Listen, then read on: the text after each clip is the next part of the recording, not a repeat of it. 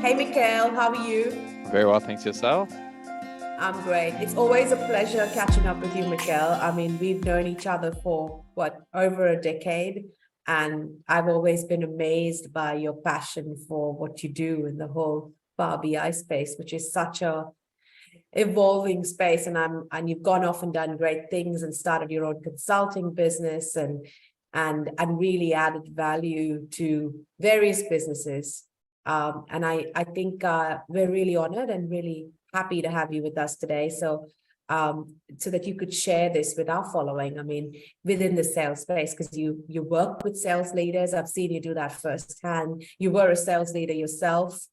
So if you could tell our audience here a little bit about who you are, your background, and what excites you and what keeps you in the space that you're in, that'll be great. Fantastic. A pretty interesting story of getting to where I am now. I started in the marketing space. So way back when I first, joined the industry I was in, started from a marketing level. So my background, my studies, everything else was marketing, and a big part of marketing was the understanding data, creating campaigns, doing segmentation analysis was a firm start or baseline of, where I came into my working career. Had a very random idea back in, I think it was 2007, 2008. And I know a lot of people had the same idea, but back then it was creating a sales arm that worked in basically in unison with marketing, to be able to be a marketing-led sales team, which came in from inbound-driven leads, which back then was a pretty new idea, if we can say it. I know we're casting our minds back a long way. And I was one of those people who was so annoying because the business back then used to be marketing versus sales, and I kept on hammering the managing director at the time at a big whiteboard up against the managing director's window, where I was so annoying because back in those days we used to work so hard for these leads, print them out, hand them over to the sales team, make them sign it all in because it was very old school, and then a few days later you basically sign them all back out and we have to go through the feedback which they wrote on the pieces of paper. Wow. And there were just no conversions off the back of it. So I believed there needed to be more money in this. So that's when I started writing up against this whiteboard on the managing director's window, that every single time the managing director walked into the office, it was kind of right in their face of, these are how many leads we handed over, $0 coming back. And it kept on going over and over to the point where they just said, fine, what do you want? And I said, we just wanted one salesperson to go and handle these leads. And I had a phenomenal marketing director at the time.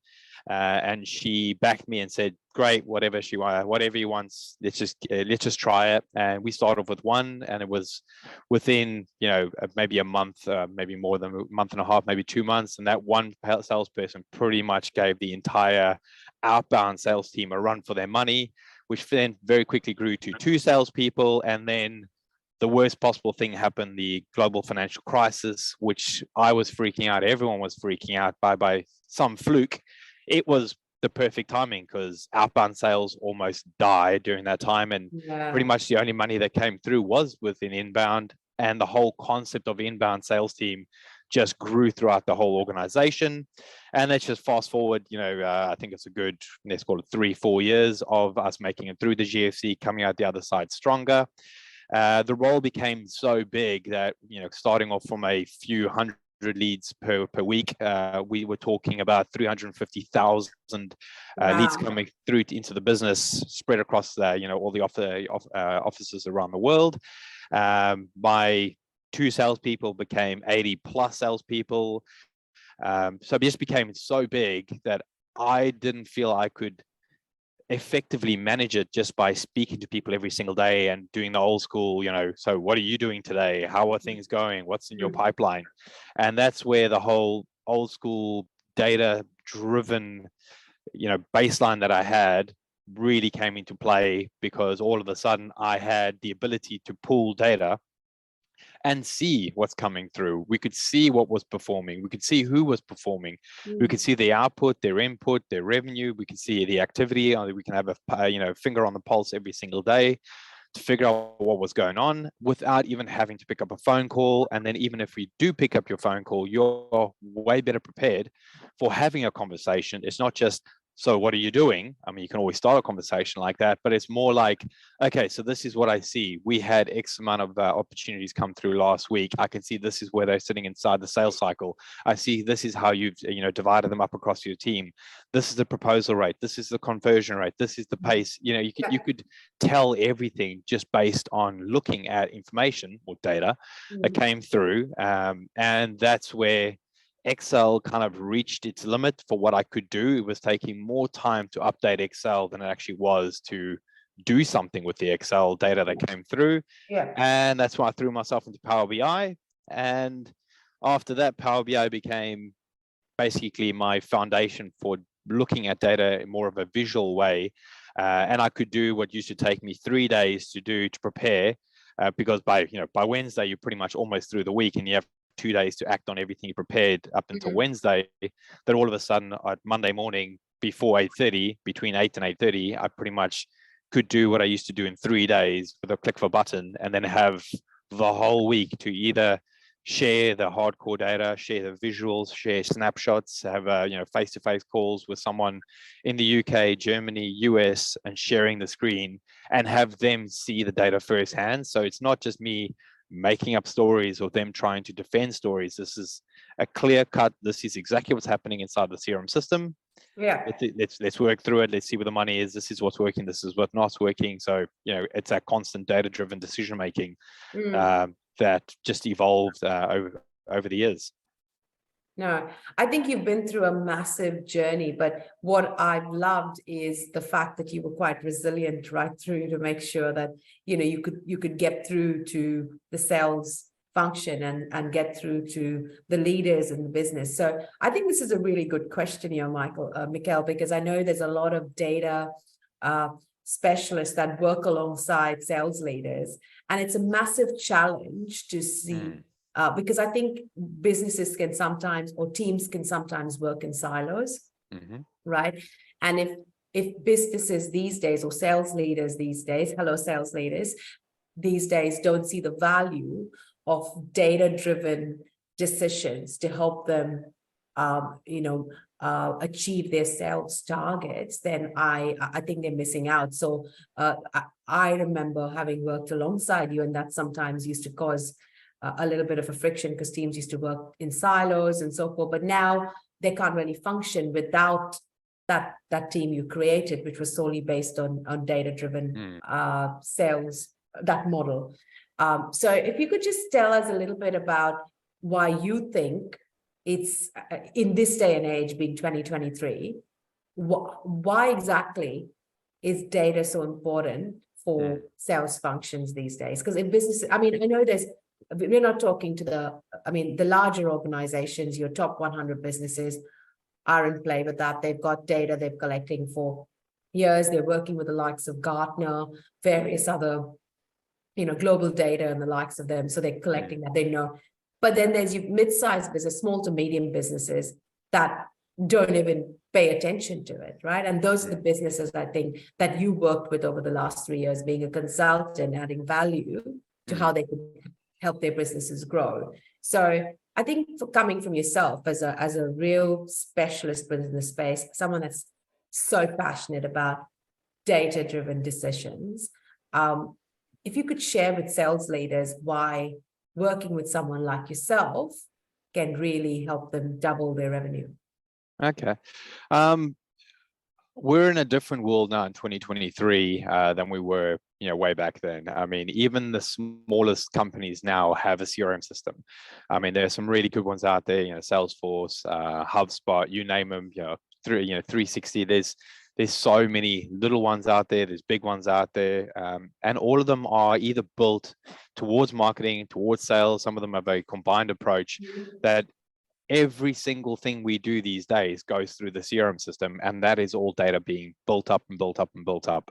In the old days, I mean, they were, if we were really, really basic, everyone had an Excel spreadsheet, and you had no real feeling of what people were doing within those spreadsheets. You had no idea of what they were doing, old school mentality, just leave the salespeople alone. As long as the revenue comes through, just don't bother them. Hammer the phones. Yeah, hammer the phones. Glengarry, Glengross, Boiler Room, Wolf of Wall Street. Those are all the old school, let's call them the Euros of what we used to watch the videos on, because that's what sales was. And it's changed. It's way more of a, if anyone's seen the Moneyball kind of movie, it's that whole data-driven decision making that all of a sudden became, it's easier. Plus, there's more clarity. Now, what's happening now, because there's way more understanding and respect for your employees as well as respect for data, that people who I've worked with over the last few years have a way more mature approach to data.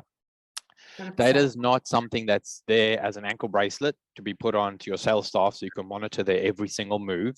It's way more of a tool to help them see how they can make more money. And that was the biggest difference that I've seen over the last few years. And obviously I've made mistakes in my past career before, where you have so much data that you could have a beautiful dashboard that literally tells you exactly how many phone calls each rep has made, how long the phone call is, the average phone call. You can do all of that. And a lot of call centers do the same thing. But when you lean so heavy on that side, you're starting to get a very high, burnout rate, because 100%. You can only hammer sales employees so much with a stick without having any carrot approach to it. And I think that's one of those things that evolved over the years, that yes, KPIs and output and everything else is important. But, I know we're not naming specific names, but I've had some incredible sales staff over the past few years. And I can honestly tell you, without fail, my top sales staff never had the highest KPIs. They never had the highest dials per day. They didn't have the highest number of talk time per day. These people were just very, very good at what they did. And the basic bottom line is those people were the same people who came to me and said, I'm making money. Where am I making the money? Where can I make more money? And that's where the whole concept of, we're looking at this the wrong way around. It's not all about the output. These, something makes these individuals unique, which is why they make more money than other people. And that's when you start looking through the metrics, ignore the KPIs. Well, KPIs are important, but ignore the actual output and start focusing on what does the output do. And that's when we started looking at proposal rates and conversion rates and that kind of information, which is now one step further. Someone might have half the number of dials that is the KPI for the day, but their proposal rate is 3 times higher. So again, why is that person's proposal rate so high? And it's not just a high proposal rate with a low conversion rate. This is a high proposal rate with a high conversion rate. So that person in theory can do a quarter of the dials and make more money than someone who is hammering 150 dials per day with 6-hour phone time and propping at 5% of which 1% of them is converting, versus someone doing half the dials, but they're propping at 25% of which 50% is converting. And that's what really started to make the difference. And obviously there's a lot of other things that came on top of that, which we learned from data. It's not just looking at a list of 100 leads. It was breaking down the list into a scoring concept of somewhere within this, there's a better part of this data that's worth being called than the other part. So how do we categorize this to be able to say to the sales staff going, the first thing you need to do today is call group A, and once you're done with group A, let's go to group B. Once you're done with group B, let's go to group C, or blend it somewhere that is part of the strategy, that people aren't just calling group D or group E, which is the conversion rate, which we know from historical data is so low that there's basically no point in calling it, because it's let's call it 0.1% conversion rate. So we'll have to do thousands of dials to be able to get a deal out of it, versus let's focus on this area, which is converting at, 23%. So for every 10 dials, we're getting, let's call it 2 deals out of it. That's a way better use of our time to keep the reps happy, because obviously if reps are making money, they're engaged. Once they have that feeling of this is what it feels like to make some decent money, this is what closing feels like, they're more engaged, their motivation goes up, versus someone who's been stuck on, say, for example, a D or an E grade opportunity, who sits there all day long dialing numbers and getting hard no's or phone slammed in their ears. That kills that motivation in itself. So you're getting that balance of visibility of what people are doing, you're getting clarity of where the money's coming from, and you're getting that boost in motivation, because people are having better phone calls, they're learning more, and getting more engaged conversations, which Better all win around rates. improves everyone. I agree. So I think just to sum that up, guys, I mean, if you aren't working with, Power BI and data specialists like Mikel, to help with retention and engagement, because let's be honest, in an outbound sales function, there's a lot of rejection. We know that. Working with data specialists and working alongside them can actually help you have a better engaged team. And I think we've seen that firsthand with the amazing inquiries team. Everyone was smashing deals out, and that you created pretty much from scratch.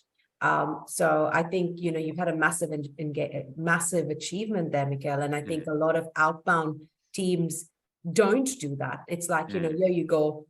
They're still using the very old school method of, there's LinkedIn, go and connect with X, just fine. But I mean, if they're not given any structure on what needs to be done, what does the KPIs look like?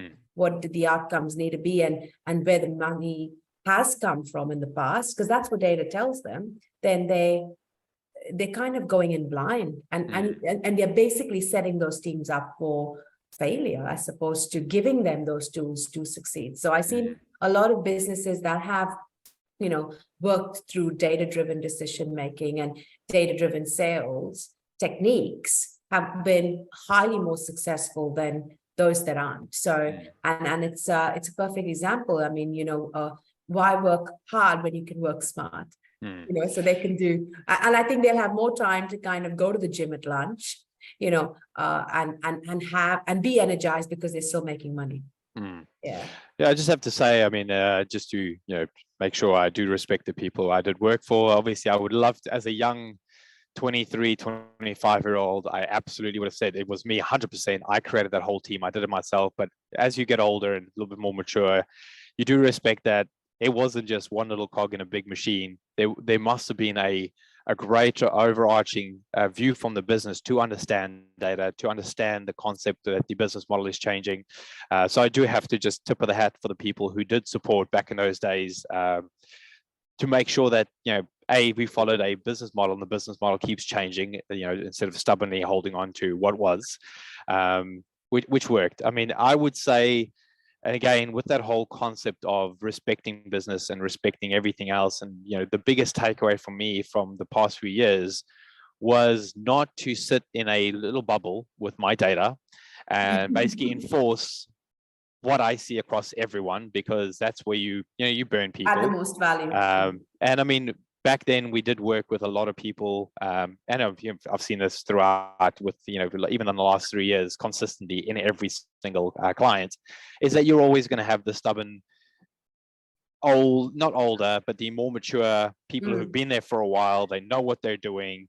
They're happy with their Excel spreadsheets. They're happy with what they do. And those are not the ones that you basically go and say, this is what the data is telling me that you're doing. You need to do this differently. It's not going to happen. Yeah. But where it did show is that change of conversation, of being able to speak to even, let's call them the dinosaurs, the ones who are stubborn. They like the way they want. But they obviously, unfortunately, will be the ones who become extinct if they don't change, or at least evolve a little bit. Yeah. But to be able to sit with them and say, not this is what the data is telling me, this is what you need to do different, is to be able to tap them on the shoulder going, hey mate, I've actually just done a bit of analysis on, I know you're the highest earner here, you do everything incredible. This is what it looks like. And I just want to get your input on, do you know that your proposal rate is X, which is higher than everyone else, and your conversion rate's higher than everyone else?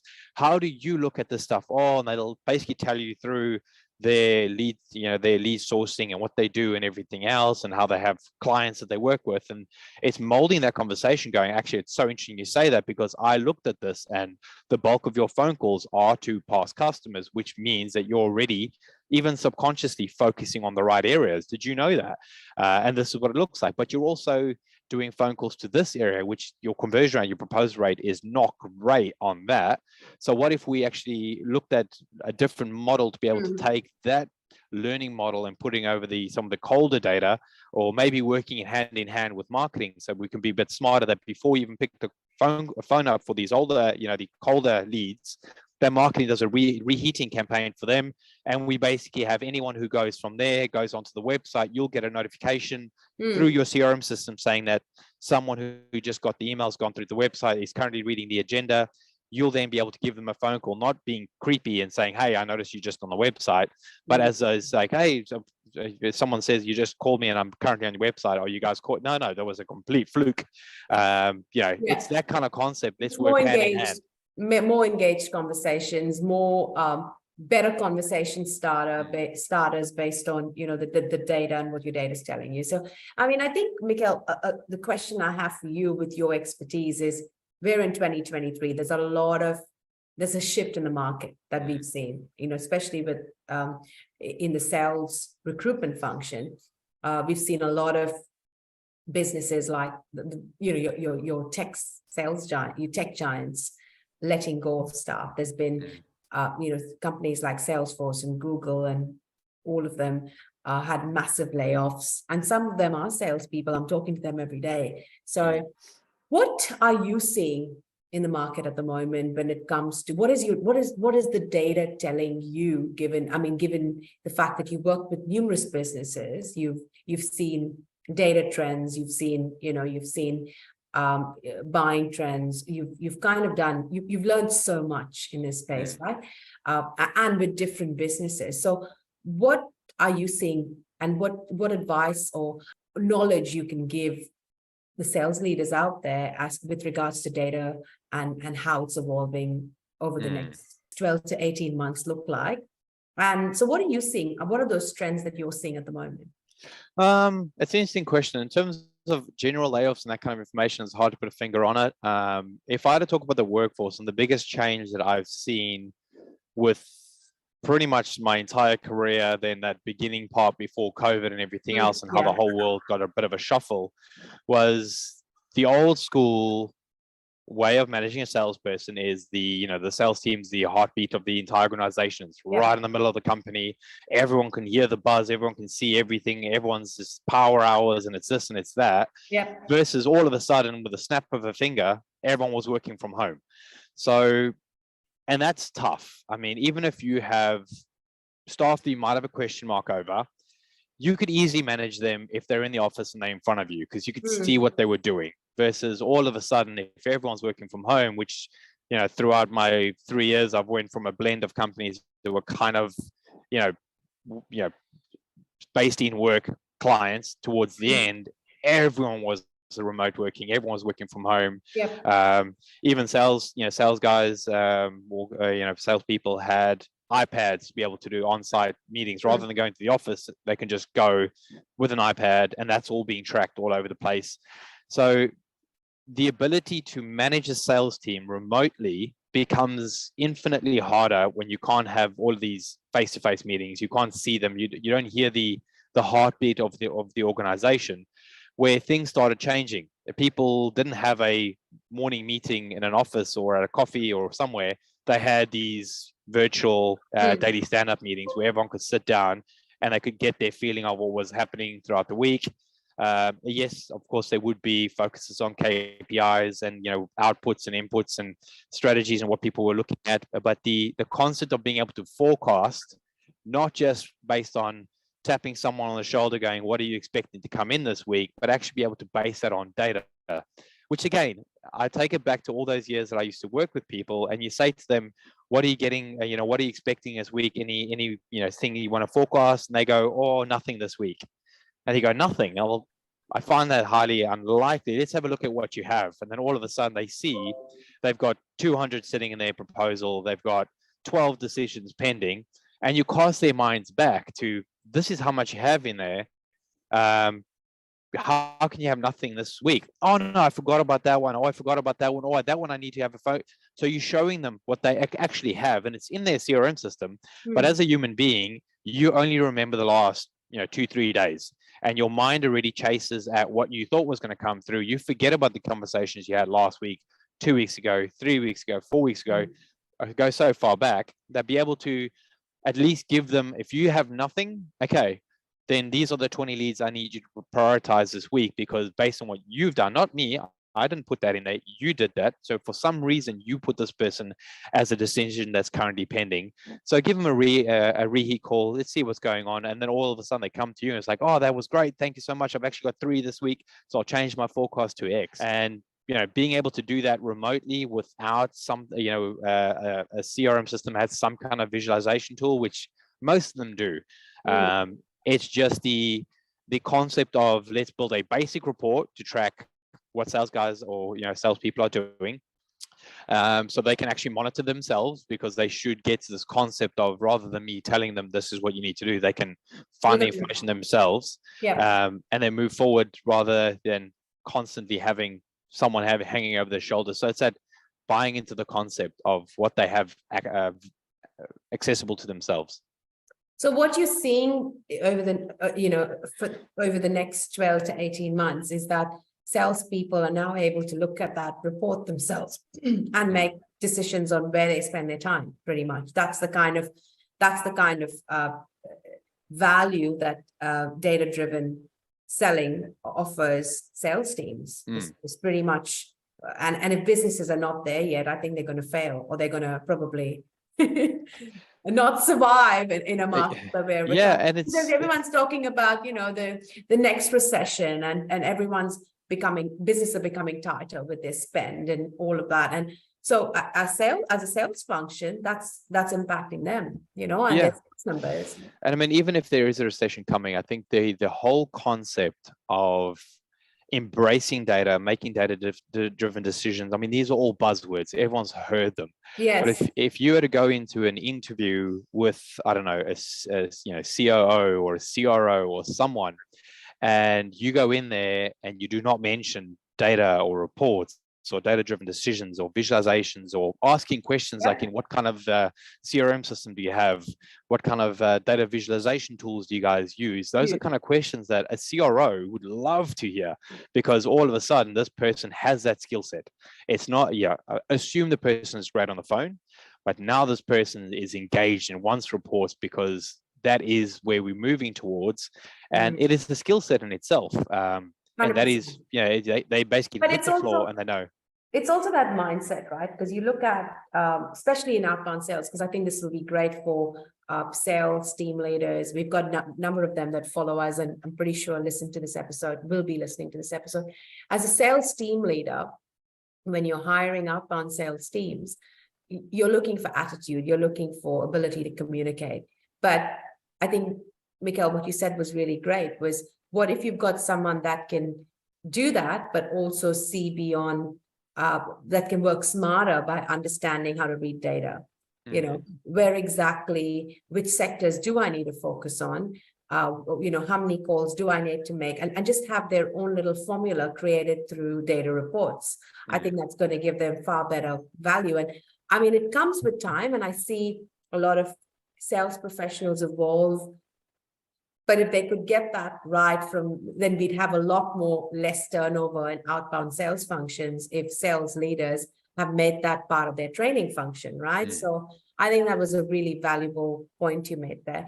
Michael, I think we're coming to the end of our episode. And what I'd love to get from you is, what are the top 3 things you think sales functions should be doing, or sales team leaders should be doing at the moment, when it comes to making data-driven decisions, right? And what are the top 3 things they should be doing? Okay, that's a good question. Let's go for laying the foundation. Whether you decide on a CRM system, or and again, I'll put this out there, there are good CRM systems like HubSpot, which are free, and come with some kind of visualization tools. So basically, foundation is, let's structure the data. Let's understand where the data comes through. There's a single source of truth. Everyone's on the same CRM system. People are using it. And again, don't expect them to go in at 150%. It's a slow learning curve for people to be able to use a CRM system. Laying the foundation, perfect. So you've got the data coming into a central source. You're then trying to educate your sales team that this is not a tool to hammer them or monitor them. This is something that they get to use themselves, because the better people use a CRM system, the better they get to use a CRM system. For example, if someone is every single time before they call someone, they log a call. It becomes easier for me that if I wanted to start calling tomorrow, I could filter everyone I haven't called this week, because now my timestamp is somewhere recorded on them. If I wanted to focus on people that I called in the last week but didn't connect to, if people are putting it into the CRM system, they will get it out of the CRM system. 100%. So that's step one. That's the foundation. At least now the data is into the same, in the same spot, at least, assuming everyone's using it. I would say understanding a really clear sales process, and by sales process I mean, great. So when you start importing data into a CRM system, we have an agreed path that a sales has to go. And I think the term is teaching people how to suck eggs. That is pretty much obvious. You're all salespeople, so having a structured sales process to whether it's prospecting, cold, value-led matching, then you have proposal art, that whole basic conversation, that you have a way to move leads through a sales structure, then gives you the ability to stand back and see all of the work you've done in the last month. Where is it currently going? The other added benefit is once you have this data in the system, then you can start layering metrics on top of it. You have now this picture that starts developing of what your sales funnel looks like. Then you can start putting on other metrics, which again, if you have a good CRM system, these use the internet. How do I work out a conversion rate in between stages? And I'll use HubSpot as a perfect example. There is a timestamp every single time a lead moves from uncalled through to prospecting, through to this, through to that. So you have a ability to monitor who goes from stage to stage, and then you can start looking at information.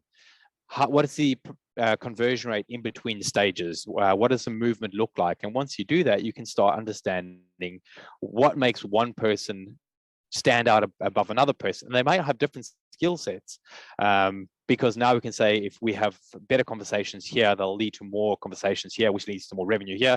This person's great at this person's great at this. How do we learn from everyone? Because that is what the data is telling us. And if we embrace all of that, we'll start moving in the right direction. And then the last part of that is, all CRM systems have some kind of visualization tool. And if it doesn't, Excel's great, Power BI is great. Even if you have to do it the old school way of exporting a report, saving it somewhere, uploading into something like Power BI or Tableau or ClickView. I know everyone's got their own personal preferences, where you can then start visualizing the data, because everyone's different. You can show a table to a CFO, I'm just generalizing here, and it's just numbers, a whole dashboard just full of numbers, and they can look at it and they can just immediately see a trend. I'm not one of those people. I like to visualize. So even if I have a basic column, having conditional formatting within a column that I can actually see a bit of a bar showing me where the highs and lows are, I can see a trend. I can see where things are high, where things are low, where things are high at the same time, and I can then delve deeper into what that is trying to give me a hint at, and constantly asking questions of your data and looking from different ways. And the interesting thing is to be able to sit down and try and learn from the data, then rather than try and get the data to prove something you feel, because there's a saying that if you torture data, it'll confess to anything. So if you sit back and let the data guide you in the right direction, you'll learn more than being stubborn, having a picture in your mind and desperately wanting the data to tell you that, because that's going to basically get you making the wrong decisions, because you've influenced or corrupted the data with your own mindset. 100%. I just love what you said just there. Talk to data and confess to anything. I wish I can claim that one, but these are all just other people who said wonderful things. There's smart people out there. Learn from all of them. I think it's great, and I can see business. We've recruited for a number of companies, and I'm going to say thank you, Michael. But I mean, we can talk offline about a few things. But Michael, that was sensational. I loved it, because I think a lot of sales professionals and sales leaders that listen to this podcast would agree with you. A lot of the times they forget the value of it and go back to their old ways on just going blind and making 100 calls. When you've got tools like visualization tools, you can go back and look at what's worked, what hasn't. And I feel, look, most businesses that are successful do that right, do that really, really well. So there's a lot that you can, there's a lot that your data can tell you. And I think Michael's been a testament to that. So thank you again, Michael, for your time. You've been amazing. And I know how busy you are, and you've got such an exciting career ahead of you. And I know we'll talk again soon. Fantastic. Thank you very much for having me, Reina.